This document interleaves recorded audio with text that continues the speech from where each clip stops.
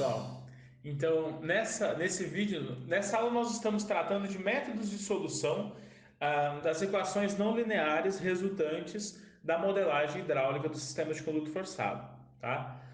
Nós vimos dois métodos muito similares, o método do teoria linear e um da teoria linear modificado, que são métodos que fazem uma linearização simples do problema, tá? Nesse nosso vídeo, nós vamos falar do método Newton-Raphson.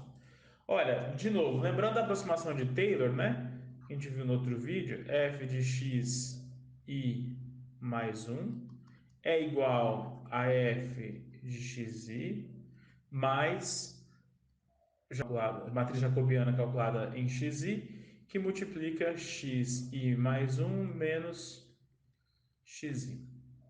Não é isso? Olha, se eu passar, a gente já viu que para os nossos problemas isso aqui é zero. Então, se eu passo isso aqui para cá, então fica menos f de xi sobre a matriz jacobiana em xi mais xi, isso aqui é xi mais um, né? Lembrando que essa divisão aqui eu posso escrever como matriz jacobiana inversa, calculada em xi, vezes a função negativo, né? Xi mais xi igual a xi mais um. Então, nós vamos usar isso aqui para resolver o nosso problema, tá bem? Se a gente faz equacionamento em carga dessa redinha, lembrando, né? O equacionamento em carga vai falar que, olha, aqui eu já vou sempre colocar para a gente se lembrar, Q1, Q2, Q3. Se eu faço equacionamento na carga, eu tenho que H1 menos H2 sobre R1 raiz quadrada. Agora veja, eu não vou fazer linearização, tá? Eu vou escrever de fato a equação. Ou melhor, H1 menos H2 sobre R1, isso aqui elevado a meio, é igual a Q1.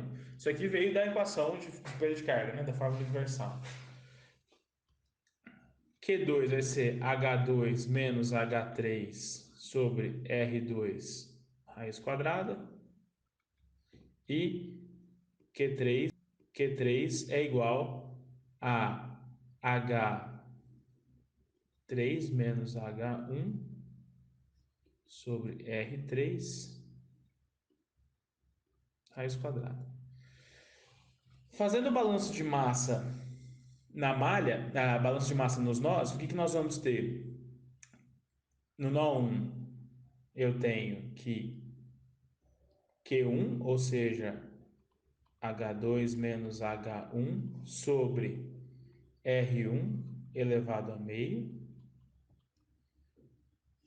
nada de Q2 e menos Q3, né? Então, mas Q3 é H3 menos H1 sobre R3 elevado a meio, menos Q1, então fica igual a Q1, tá? Nó 2, menos Q1, então menos H2 menos H1 R1 a meio. Q2 é positivo, então mais H2 menos H3 sobre R2 elevado a meio, nada de Q3, igual a menos Q1, Q2. E finalmente, para Q3 eu tenho, para o nó 3 eu tenho menos Q2, então menos H2 menos H3 sobre R2 a meio, mais H3 menos H1 sobre R3 a meio igual a menos Q3. Ok? Esse é o nosso problema. Essa vai ser a nossa F1. F2 e F3. Tá? A gente pode passar esse Q3 aqui para dentro pro lado esquerdo só para ter esses valores iguais a zero. A gente precisa, a gente já viu que a gente vai ter que fazer o seguinte, olha, para cada iteração, eu vou ter que calcular a matriz jacobiana numa estimativa i, vezes a minha função na estimativa i, mais o valor da estimativa i, e isso vai ser igual a o novo valor.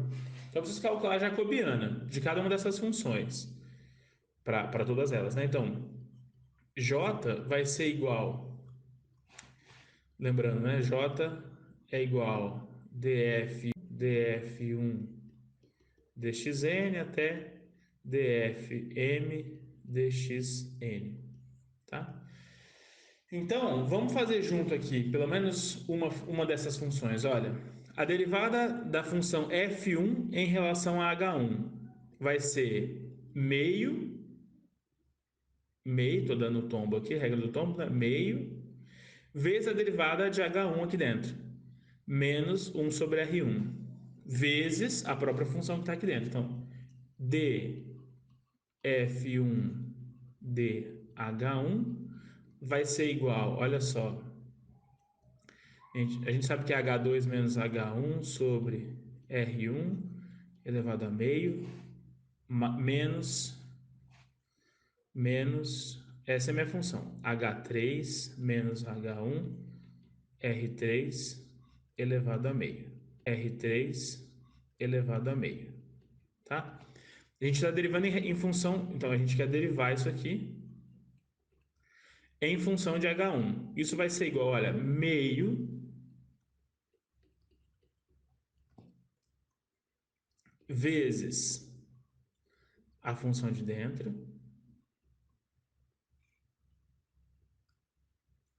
vezes a derivada da função de dentro em relação a H1, que dá menos R1, 1 sobre R1.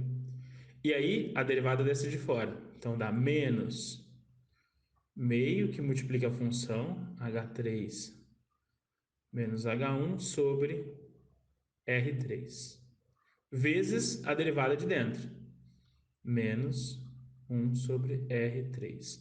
Então, a gente pode escrever que df 1 sobre dH1 vai ser igual a 2 sobre menos 1 sobre 2R1, que multiplica H2 menos H1 sobre R1 elevado a menos meio. Lembrando que aqui sobra um menos meio, né?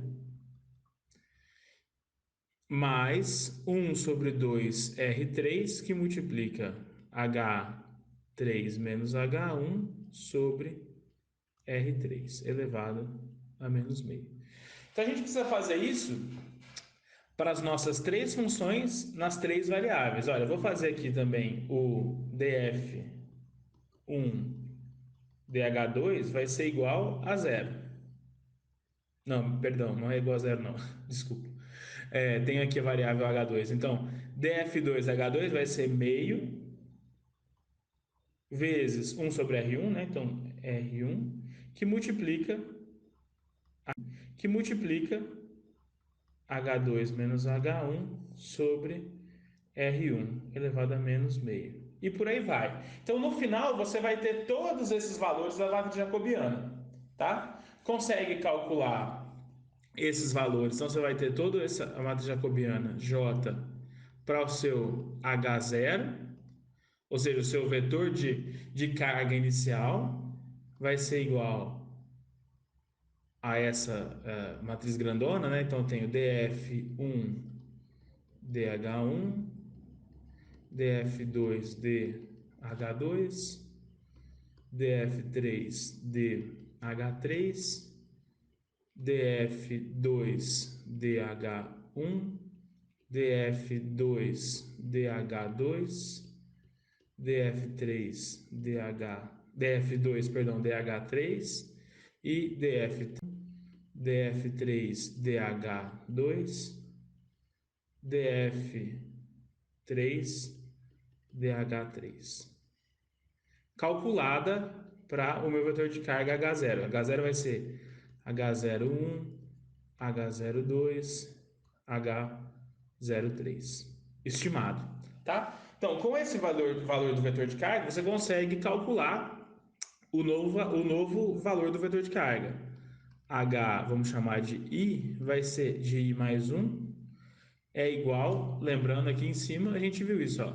H de mais 1 é igual a HI menos a jacobiana calculada no ponto I, a inversa jacobiana, vezes a função. Então vai ser HI menos jacobiano calculado em HI vezes a função calculada em HI. Com isso você consegue calcular o valor de HI no processo iterativo, tá?